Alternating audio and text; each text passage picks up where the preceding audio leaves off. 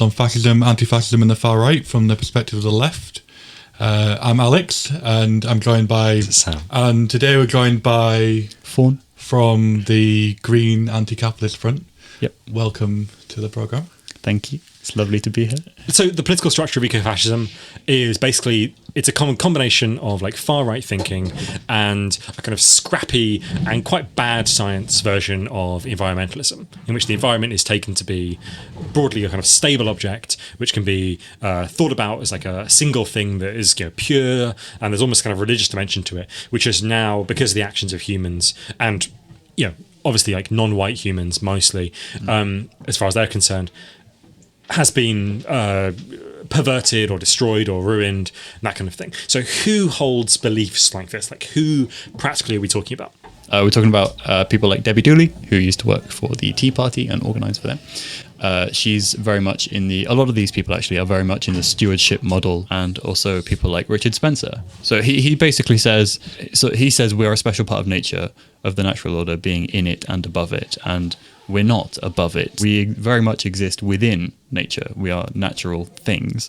Humans have material needs that need to be met in order to survive. And this weird suggestion from the hierarchical right that we're above nature can't sustainably give us the natural world. But what they really want is a prolonged consumption of it for those who they deem worthy, i.e. People within their nation or people within Europe, in a broad sense, or essentially just white people. I think it's worth distinguishing as well ecofascism from an earlier variant of particularly American kind of right-wing thinking about the environment, which is the wise use movement, which is basically the idea that the government shouldn't intervene and that people should be allowed to enjoy nature as and when they see fit. But what that means in practice is people will be able to like drill more or less anywhere and extract resources from wetlands, which are currently prohibited. So it's a kind of it's much more leaning towards the kind of right libertarianism and doesn't really fall within the kind of purview here. But the wise use movement did also used to use the term ecofascism to refer to left-wing activists who were trying to prevent them from extracting things from the land. And so the term has this really kind of like complicated history. One of the reasons why we're talking about it today is because the Christchurch shooter referred to himself in his manifesto as an eco-fascist. And to some extent, I think there's a possibility that what he's doing there, because if you go to the Wikipedia article for ecofascism, what you get is like the kind of, they say, you know, it's been used as a term to describe some people. It doesn't really give you a definition about it. It doesn't really regard it as a real thing. It just regards it as kind of allegation. And so I think it's possible that the reason why he's used that is because he wants people to go off on a kind of wild goose chase trying to find out what his ideology is. But I also think it is a real thing and it is important, and we should, you know, talk about it as a kind of coherent set of ideas, but not regard it as just kind of a left-wing attempt to restrict free market capitalism, which is how the wise use movement use it. Yeah, and I think the wise use movement is particularly poignant because it labels sort of leftist movements, environmentalist movements as eco-fascist, and yet advocates an aggressive expansion of private property rights in order for people to care for the environment. But a state is necessary to oversee and enforce private property rights. And if you have a very, very powerful state with a lot of private property in the interests of the environment, that immediately is going to become eco-conservatism and then eco-fascism.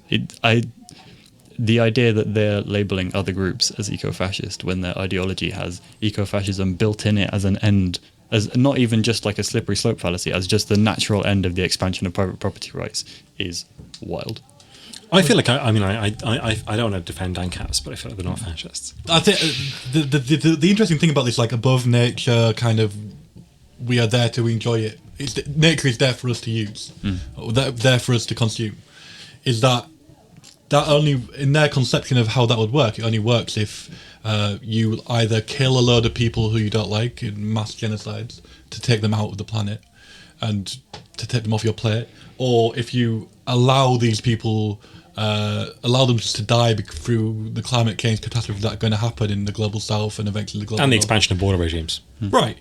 And that kind of like theory only holds up if you subscribe to this Malthusian kind of conception of why climate change is happening, and like humans as consumptive creatures that are all equally the same amount of consumptiveness, right? And not like there's one subset of people who are doing all the consuming and there's like a vast majority who are doing barely any of it. Spoiler alert here, it's actually white Europeans who are doing most of the consuming. I don't know if anyone's noticed this. Wait, what? No. But also that, you know, if we reconstructed our society to look after and meet everybody's needs, then we could actually support a greater number of people on the planet.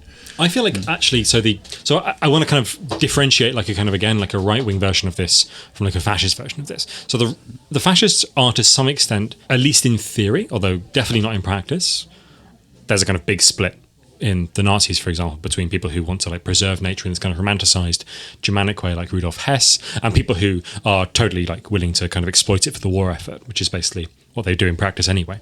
There is a kind of big split here, but at least in theory, the notion that nature is here for our use, for our extraction, for our, you know, for only and exclusively human pleasure, isn't actually a part of ecofascism. They are just as critical of the possibility of human use or the notion of nature being exclusively for human use as people from the deep ecology movement, which is why there are subterranean connections, I think, maybe this is going too far, some connections between deep ecology and its potential for misanthropy and ecofascism. And it's not so hard to move from a position where you believe that humans shouldn't be using nature or dominating nature at all to a position where you say, okay, well, we kind of have to, but only for this limited racial group.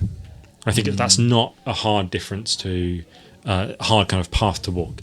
But I don't think that ecofascists believe that nature is only there for extraction. I think I would agree with that. It's this idea of stewardship, that humans, not necessarily the earth is there to serve humans, but humans are on the earth to protect it and make sure it remains pure, which tends to be just a dog whistle for white, and preserved. And this sort of nature needs to be like this, the Gaia idea that nature needs to be, we need to return back to this ideal, perfect state that nature once was in, and if only we could get back there, and then everything would be fine and everything would be back in harmony, which obviously goes hand in hand with normal reactionary politics of saying that there was this other perfect time when all the social relations instead of the environmental relations were perfect, and we just need to go back to that time. And it's a little bit too close for comfort. People like Joe Pearce from the National Front, he described, so in the 1980s he describes 3 pillars of nationalism as social justice, ecology, and racial purity. He did, luckily, he eventually moved towards ethno-pluralism and a very strange esoteric form of almost socialism called distributism. I guess ethno-pluralism is, again, a dog whistle for racial separatism, right? Yeah, absolutely. But also, so he initially has these, I mean, he's part of the National Front, so explicitly fascist ideas of stewarding the people and stewarding the land and this ecology, from his point of view, this authoritarian ecology where we will make sure that the land is fine. And then eventually he renounces his views and instead becomes a Christian. He renounces his racist views, he renounces his fascist views. And it's interesting to note how the idea of stewardship remains. There is still the idea that instead of the people, or humans rather than the people, but humans stewarding the earth to make sure that it's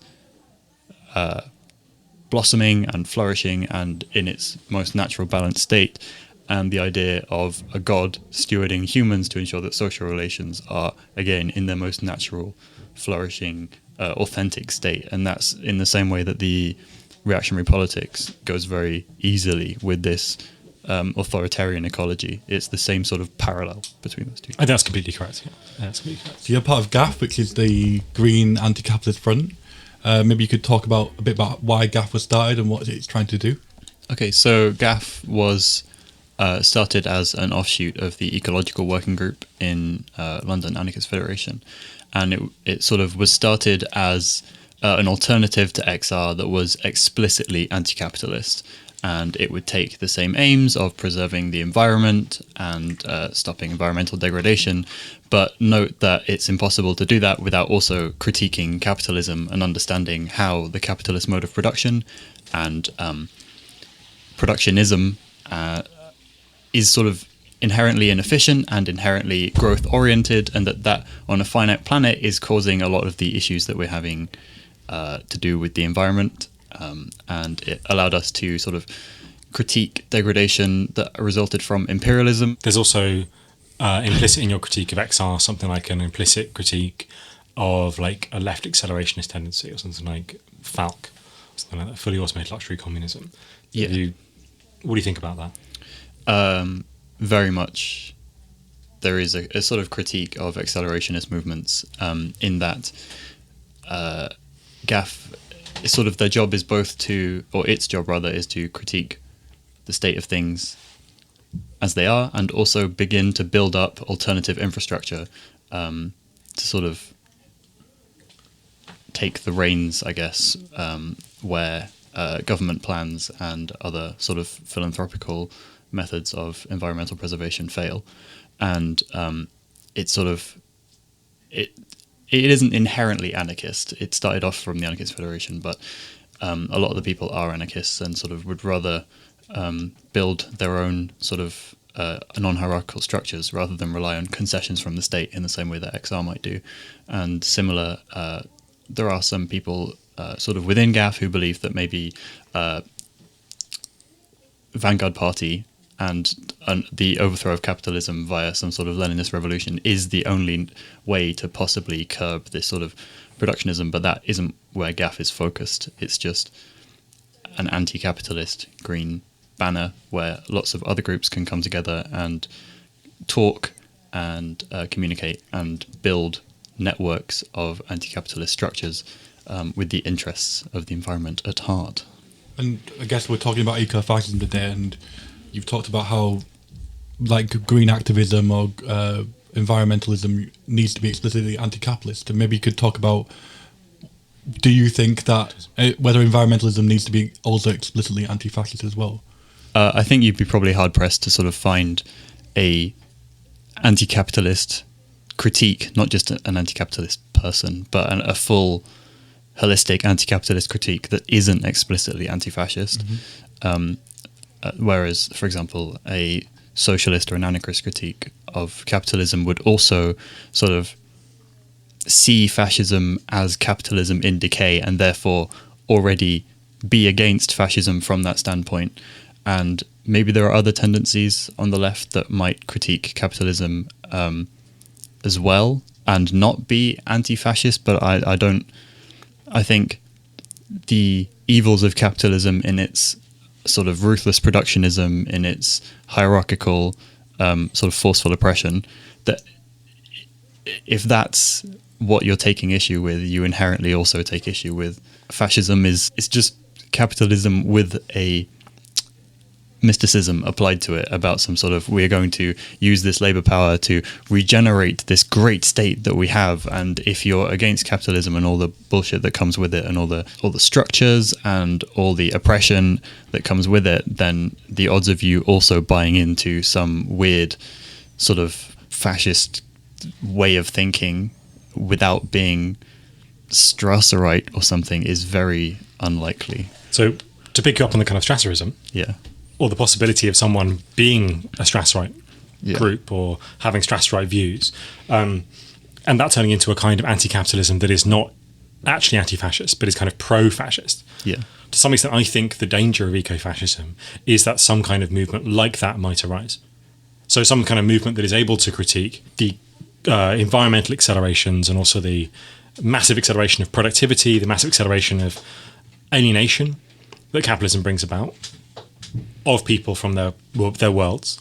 Some kind of organisation that is able to do that critique, but offer as a solution an essentially fascist relation to the land, an essentially fascist relation to the nation, the state, etc., whatever you have you. That seems to me to be like the real threat of ecofascism. So I think there are critiques of capitalism from the right. I completely agree with you that every fascist group that ever existed actually turned out to be capitalism in any sufficiently abstract view of what capitalism is. I totally agree with you there. But I'm just saying that like it seems possible that that's the real threat. Ecofascism represents the possibility of being anti-production, of being of going into like degrowth economics or something like that, of being anti-alienation while at the same time maintaining things like racist difference, national being, or Volkish politics, and all these other kind of things that I think are nascent in what we're seeing in contemporary ecofascism. I think that's really quite an important point. And it highlights the need for anti-capitalist or groups that like GAF that label themselves as anti-capitalist to very quickly and efficiently root out racist tendencies within their movement. Because if movements like GAF, and I think GAF is doing a really good job of this, don't weed out those sorts of people, there is very much the possibility that groups will become Strasserite, will become populist, will critique environmentalism from the right, will critique environmentalism from a liberal standpoint, which will eventually become a right-wing standpoint. And for example, the two ELF or ALF prisoners in the Green Scare in the US. So ELF is a Earth Liberation Front. Yes, and the ALF is the Animal Liberation Front, and both of which are sort of informal groups where people take direct action against people hurting animals or hurting the earth and then claim it under the ALF or ELF banner. I think we were talking about stochastic fascism in the anti-fascist episode we did last time, and basically what that consisted of kind of raising the general level of consciousness about, I guess, in a kind of racist consciousness, like raising that level and just waiting for people to randomly commit atrocities and then attach it to a movement. In some ways, the ELF, ALF are strategies that do basically the same thing for environmentalism, to raise general levels of consciousness, not centrally organized, but rely on small groups of people to commit quite like disparate but often quite effective actions against polluting or animal abuse targets. So Exile and Sadie were ELF or ALF activists in the US, and they carried out a large amount of direct action and strategic attacks against infrastructure, and sort of did quite a lot for the environmentalist movement from a cell structure kind of standpoint, and were obviously very talented, committed activists. But their racism wasn't rooted out when they were young, when they were still sort of forming initial affinity groups and really getting into direct action.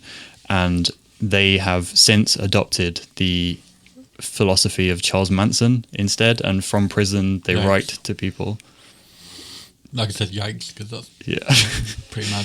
So the air, trees, water, animals, I think it's called, their philosophy, they end all of their letters from prison with ATWA, which is kind of terrifying because these people are really effective activists and they've now adopted Charles Manson's philosophy. But also Exile was running a Tumblr blog, which was headed "Loyalty is more powerful than blood," I think, or something like that.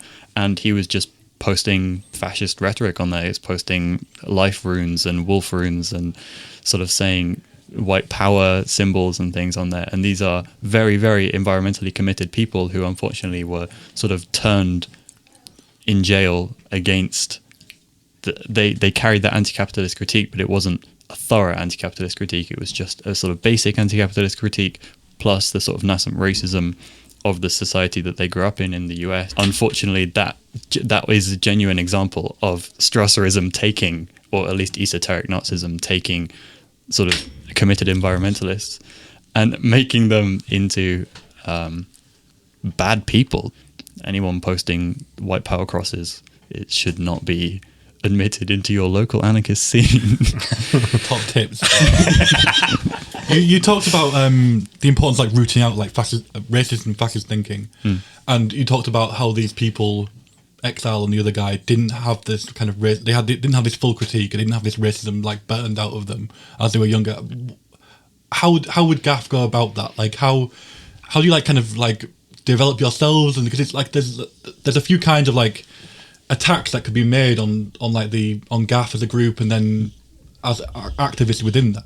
So you could have the internal attack of like developing bad ways of thinking, like racist, fascist ways of thinking, and that expressing itself and not being challenged and developing until you're posting white power shit on Tumblr. God forbid. But there is also the other consideration of people coming into the group who are already, already got on that path, already like fairly far down the racist path. Terrible thought. And trying to like turn GAF or take people away from GAF who are already activists within it. So there's a few different ways, a few different things that you need to defend against. And I wonder, how do you defend that as a group, and how do you kind of like promote a certain kind of like active anti-racism, active anti-fascism within the environmental and anarchist and radical left scenes in which GAF operates? How do you challenge like these kind of racist patterns of thought within yourselves, and how do you protect yourselves? And like, I guess if you're trying to build a movement, right? How do you protect a movement, like not just GAF as a group, but GAF as like a wider kind of? The most effective way, I would imagine, to remove those tendencies of certain people who may wish to join anti-capitalist green movements or any sort of green movement at all would be decolonization. And that would be so. As an example statistic, I think according to the New Yorker, like 89% of leadership roles in environmental movements in 2014 were filled by white people. And you can imagine that it's very easy to get through rhetoric that is normalized in a very white society that maybe is actually racist or, you know, potentially ableist or any other sort of has any other negative aspect to it. If everyone that you're talking to and everyone in charge of the movements are white, and white from probably similar backgrounds, mainly from the US and the UK. So it's very important to make sure that when you do build a movement, you really encourage that movement isn't specifically led by anyone. I think there's a lot of danger in hierarchical movement building, because that gives, you know, that has all the normal anarchist critiques of things. But specifically, GAF as a front needs to remain a front, and I think other environmental movements would do well to learn from that you are providing a place for other groups or groups of individuals, or even just other individuals, to come together and discuss and take action for environmental justice. And it's important that you include groups who are usually marginalized, whether that's groups from working class areas, groups from the global south, like the Kurdistan Solidarity Network and Kurdish people in general. Like they know what they're doing, and they have critiques, and they are environmentalist, and they're saying we need to listen to their advice. We can't just stand by and say those people are doing a good job, let's do that over here, and we're going to run it. You have to say, no, these people are over there doing a good job, and it's important that we ask people from that area to come over and help our movement, or at least represent their movement within the greater sort of broader front. You seem to be deliberately operating within Extinct Rebellion's like sphere and acting within it whilst having these critiques. Is that something that's a consciously adopted tactic, or they're using these people on the streets to just demand concessions from the state in certain areas, and absolutely inconsequential things like declaring a climate emergency, and it's all nice and it makes you feel nice that you've been successful, but it's not actually doing anything. So I think there is a real space for people to there's a real need for people to claim that same space and also mobilize and also be on the streets and provide education and provide activist support and provide lectures and living spaces and autonomous zones for people. There's a real need for other movements to seize that same ground and begin to carry out their actions, which are actually revolutionary, like building cooperative structures and building solidarity networks and educating people on climate change and anti-colonialism and anti-imperialism, and how all of these are linked on the streets, but without saying that, and the next thing you need to do is ask Boris Johnson to please be very kind to you. You also need to be a bit more aggressive and a bit more stand your ground than that. You need to be aware that this is a movement that will affect the people. It will affect proletarians first, and it will attack proletarians in the global south first, and appealing to capitalists and the bourgeois class to solve this problem is not how it's going to get solved. So one of the kind of recent upticks, I think, in the presence of ecofascism, or the sense of ecofascism as a real substantial threat, has been kind of a list of events that have happened, I think mostly in the last year. I just want to kind of run through those events and talk a bit about maybe their kind of significance. So Tucker Carlson, who is a Fox News pundit, said on his show, which is watched by literally millions of people in America, that the reason why he had anti-immigration policies, some people from, I think, Vox have done a kind of analysis of Tucker Carlson, claiming that he's basically a white nationalist. I'm not sure if I entirely agree with that, but I think there's definitely a strong case to be made that Tucker Carlson is a lot more right-wing than most people who even appear on Fox. And Tucker Carlson said that his anti-immigrant policies were actually just a result of his pro-environmental policies, of his love of the environment. Now that seems like a kind of a twist in the tale, but I think it's worth going back to the foundations of American environmentalism and realizing that they are simultaneous and indeed involve almost the same people as the founding of the eugenics movement. Madison Grant was an American writer, politician, who wrote a thing called The Passing of the Great Race in 1916. He's also instrumental in producing one of the first immigration bills, Immigration 1924, that restricted immigration on the grounds of race. So it said you could assert a quota of people from each given race can come to the US based on the 1890 census.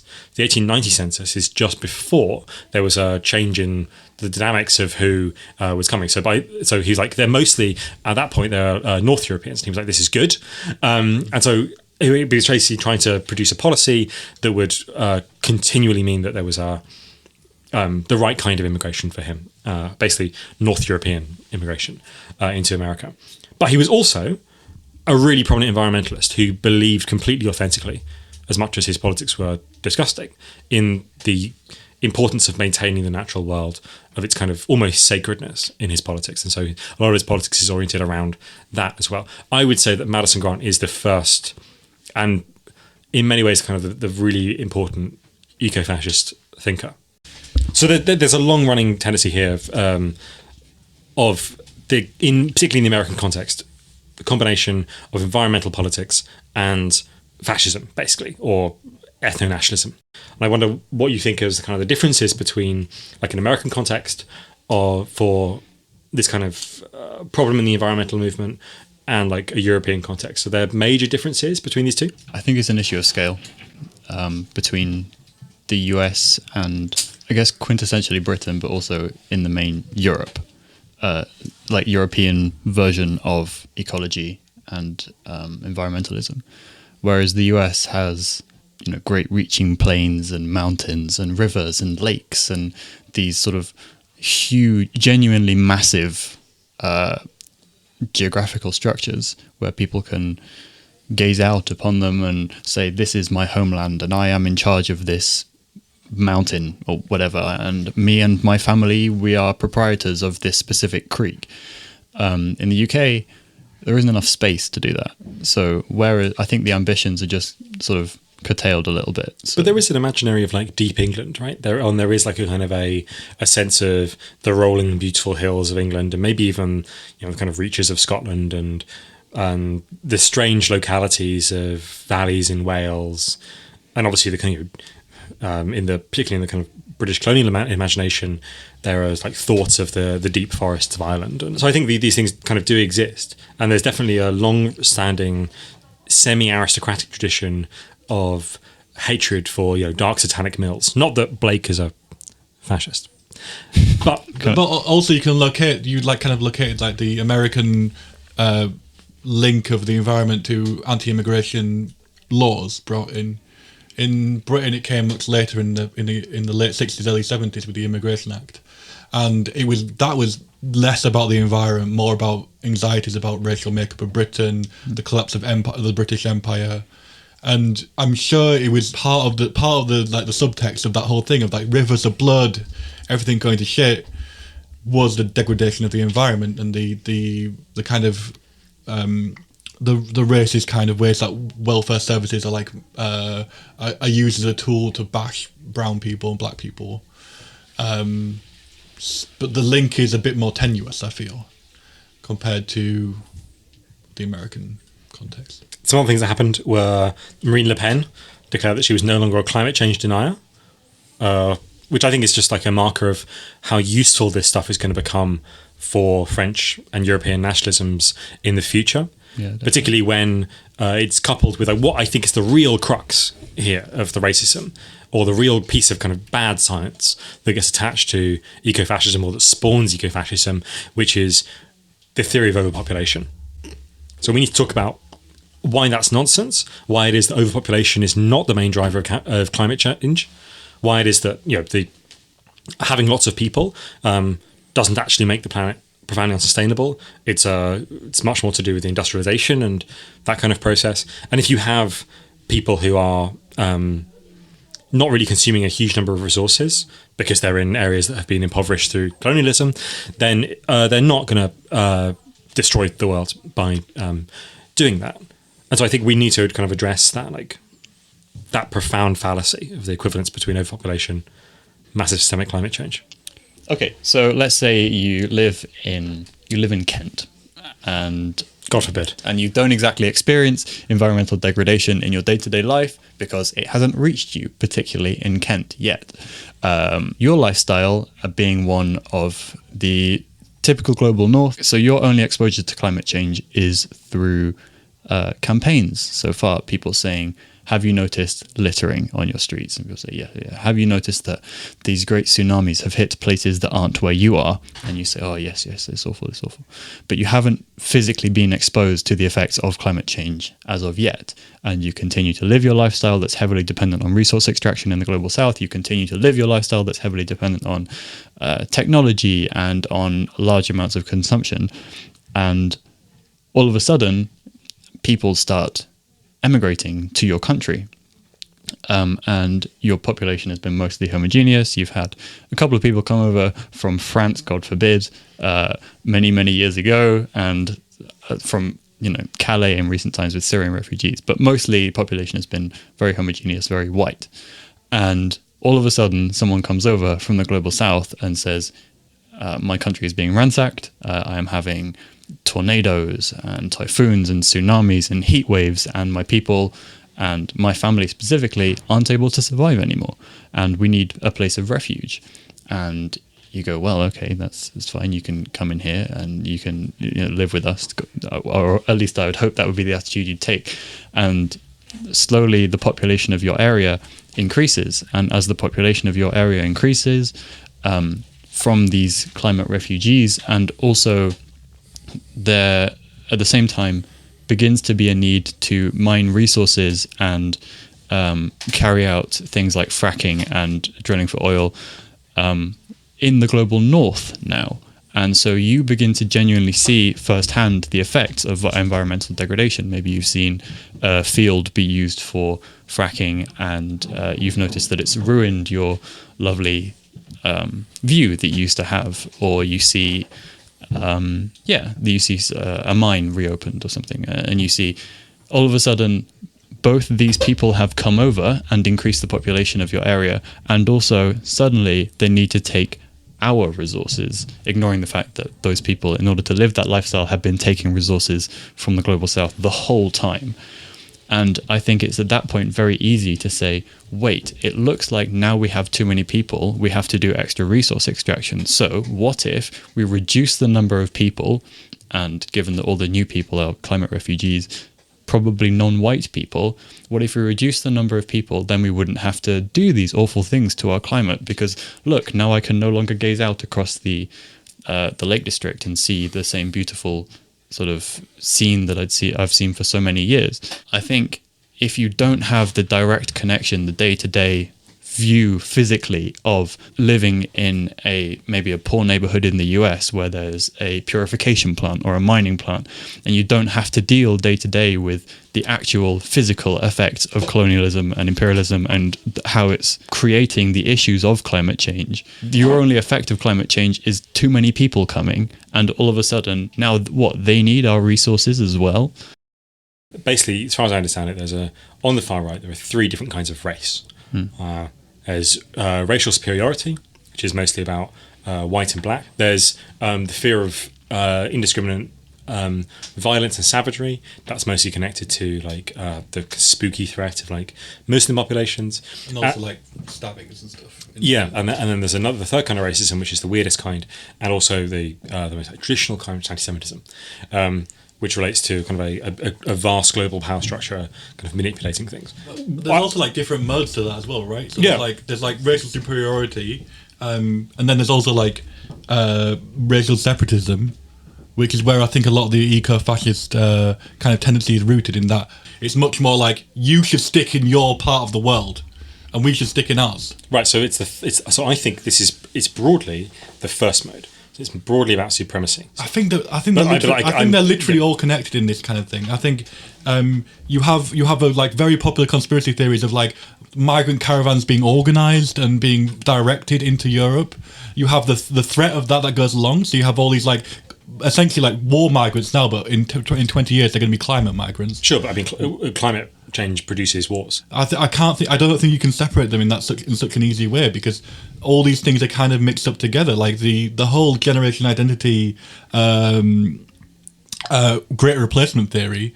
The conspiracy at its core is not that people are migrating. The conspiracy at the core is that this is a concerted effort to migrate, and so it's really difficult to like split this kind of like thing apart into like and break it down into what it's made up of, because it is so glommed together.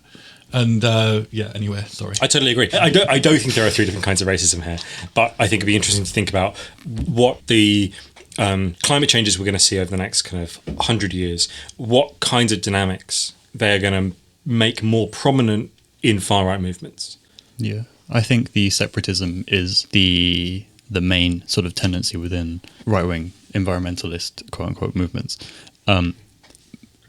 If nothing else, just because you can build separatism from any other theory. If you are a eugenics advocate, then it's best to have the people who, have the best genes or whatever in one specific area, so that they can all they can all breed together, and that can be a better livestock. And if you're a fan of the globalist Jewish conspiracy anti-Semitic rubbish, then you can claim that it's necessary to have a haven from that, and therefore each individual race requires a specific pen in which they can operate.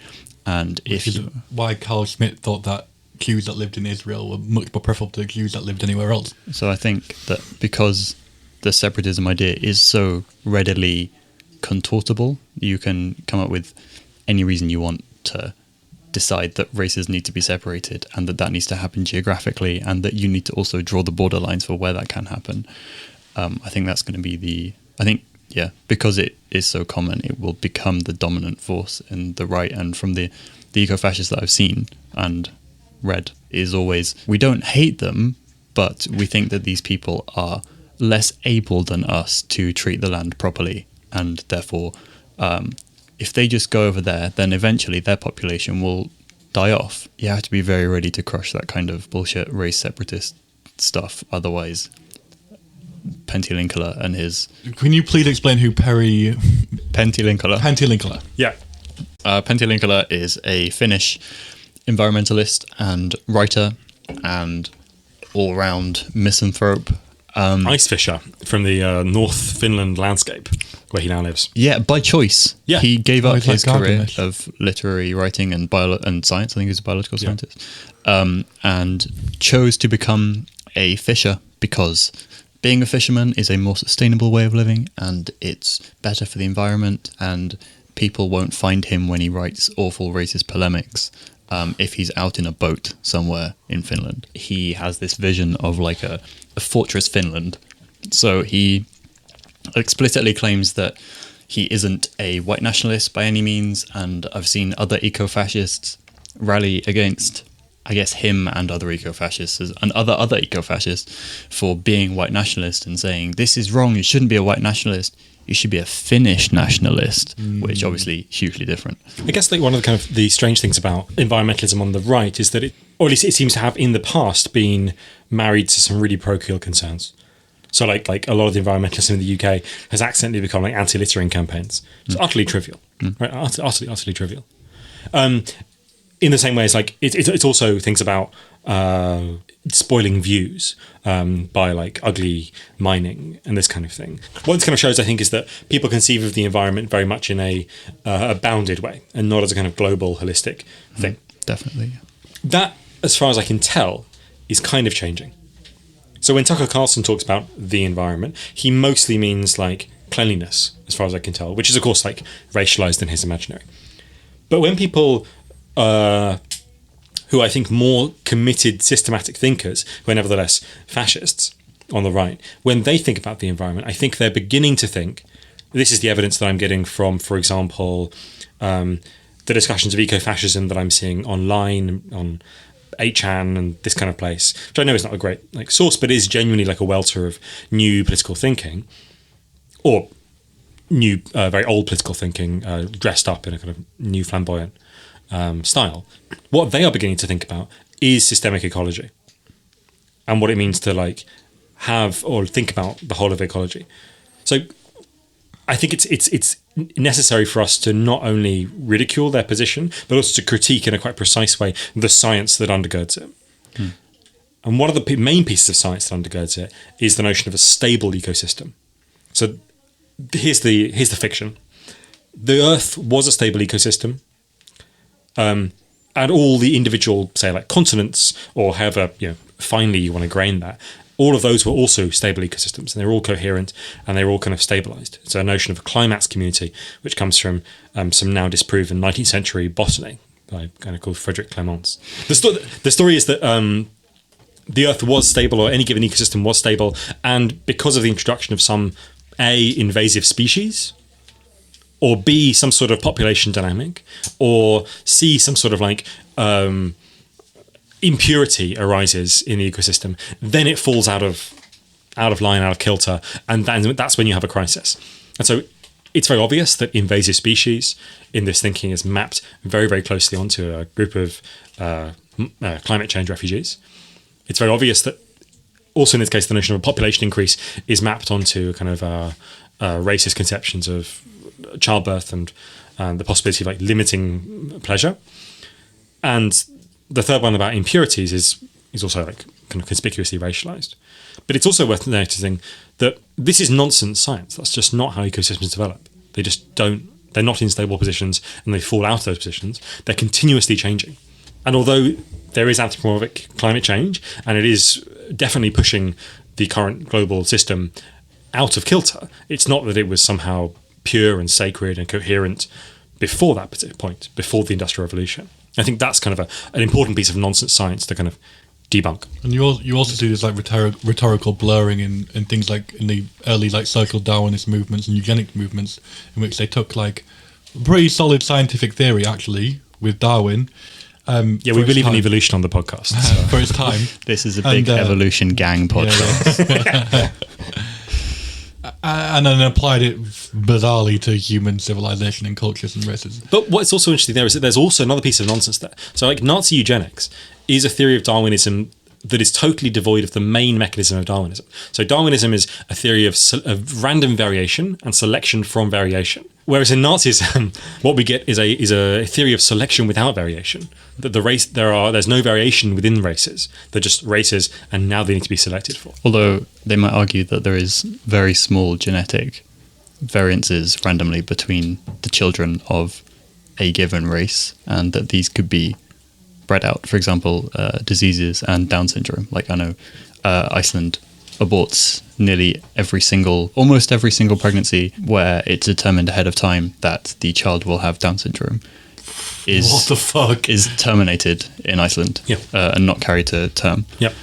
So it's policy. What the fuck, man? It's policy across Europe. Yeah, it's like 80% in France or something, or 70%. It's possible. So there obviously isn't the same level of variation, but I think you can't say that there is no variation within a race. Race is defined in whatever terms. It's not a real thing. You can define it however you like. Well, I wouldn't say that, but yeah, no, I agree with the kind of like correction to my like conception of how far it because it is a race. There's been a shift amongst nationalisms, not on the kind of hard right, not on the kind of fascist right, but on the just right, towards kind of modernist forms of nationalism in the topology of nationalist studies. Recently, so people identify with that cultural aspect of their nation, etc., rather than identifying with the kind of primordial occupants of the land. Do you think, as climate change really starts to bite, as climate migration increases, are we going to see a shift in the far right back towards something like a primordialist position? Primordialism being the idea that, there's a kind of an intimate relation between the people or the race and the land. I think form of nationalism is almost not worth distinguishing. I think so in the case of primordialist nationalism, where you return to, like you said, sort of a human connection, the very blood and soil idea, or ethno-symbolic nationalism, where we are the people of this country, or a modernist nationalism with some sort of futuristic vision of this is what, this is the people now, and this is how the future, and we'll build it, and it will be this great nation. It's all idealistic nationalism. There is always some ideal of purity and harmony embedded within the nationalism, and I think it's just the specific form of that nationalism depends on the current time, the current zeitgeist. It depends on what is currently seen as being attacked. If people feel that their people or their folk are being attacked by some other means, whether that's, the Germans feeling like they don't have enough living room and therefore need to expand, and we need a German room for German people, or it's now the earth is being attacked, but it's our earth, so we need to reclaim our earth for our people. It's all, I think the form of nationalism is almost a little bit of a moving target, a little bit of a cloak that just hides the fact that this is some ideal that people want to return to and are willing to kill outsiders to maintain that bordered ideal. I think that there are different ways of producing that ideal. So there's a way of producing that ideal that is basically about unified systems of values, and there are ways of producing that ideal that are about biological continuity. So people, I think, are losing a handle on the ability to think at the scale that is required for thinking about climate change. That it's not very good at thinking at that scale. And I'm not very good at thinking that scale. And maybe even something like the flat earth movement, a kind of complete derangement of the sense of how the world is constituted, and a complete suspicion that something absolutely fundamental about the earth has gone wrong. The flat earth movement seems to me to be a kind of pathological response to climate change. Maybe I'm totally wrong about that, but that's my kind of reading of it. Are we likely to see the kind of conspiratorial wing of fascism increase, even while people accept maybe the reality of climate change?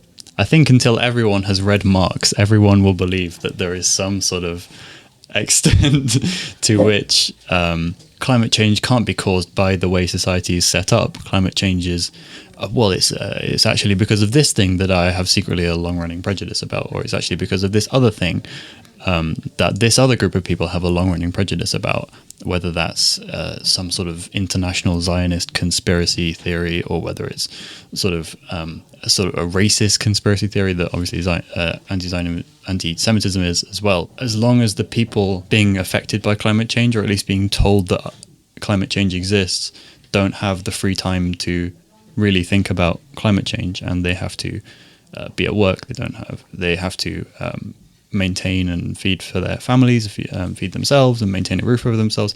As long as the only information they're fed about climate change is that it is happening, and that there are several sites which are doing the bad thing, and that all those bad things happen to be in an area that isn't currently where a lot of the theorizing is taking place, then there will always be the ability to abstract away and say, well, this is happening in another place, and therefore it secretly fits in with my theory that it's all part of this big plot, and we need to simply stop the Russians, or we need to simply stop specifically Norwegian people who are doing all of this, because if you're not dealing with the day-to-day reality of it, and you don't have time to synthesize a full theory of how things are happening and what is happening, and you haven't been offered the anti-capitalist critique of climate change, you haven't been offered the environmentalism, you haven't been offered the critique of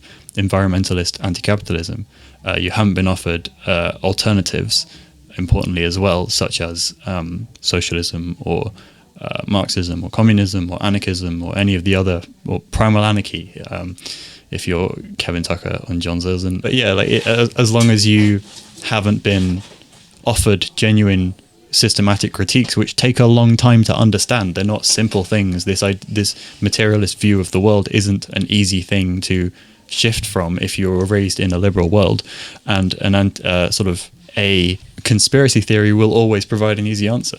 So as long as people don't have this mass class consciousness, which I don't ever think will happen, then people will be provided with conspiracy theories and they will believe those conspiracy theories. But it's which conspiracy theories will be the most successful in mobilizing people to take action against climate change. And eventually, as things worsen and worsen, people will notice that the anti-capitalist critique of why climate change is happening is the only one that seems to be actually providing solutions. The Rajavan freedom movement is specifically anti-capitalist and is successful in being sustainable. To be successfully environmentalist and egalitarian requires the knowledge that people in the global north don't currently have, because they're not currently being affected by climate change. So as long as that is the case, there will always be conspiracy theories as to why it's happening. And do you think that people only gain this anti-capitalist consciousness when they start getting really fucked over in where they live, or do you think there is a way of like doing popular education about Marxism and systematic critiques of capitalism in a way that would like spur people into the right kind of action that you're talking about? Like right now, I feel like we don't really have the time to wait for it to get bad here for everyone to realise that suddenly they have to become a communist or whatever. I feel like the important thing here is not Marxism. The important thing here is anti-colonialism.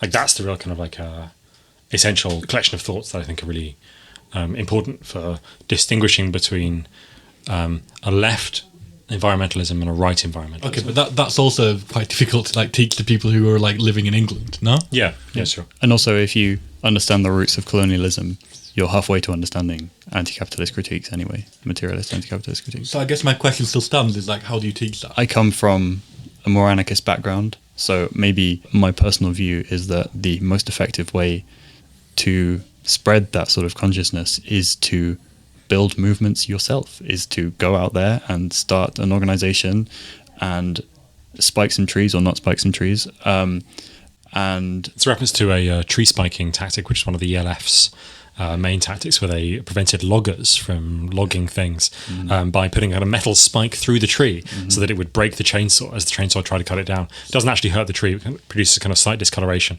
Very sick. Yeah, that's proper cool, actually. Yeah, that's real cool. Thanks for coming and doing the episode with us. It was a real pleasure to have you in. Are there any GAF-related events coming up that people can look out for or should attend or engage with? I would suggest you check the Twitter account for GAF for any upcoming surprise events or small events, which is @FrontGreen. Yeah, so the next GAF event, or rather event that GAF will be present at, is the Reclaim the Power event, which is a camp based around environmentalism and solidarity with migrants and direct action against new gas infrastructure, which is happening on the 26th of July to the 31st of July. And also a quick shout out to the Earth First gathering, which is happening in the north of England from the 14th of August to the 20th of August. Cool. Finally, if you like the show, you can please share it with your friends and tell people about it. You can find us on Twitter at 12Rules for What. We also have a Patreon, which is patreon.com/12Rules for What.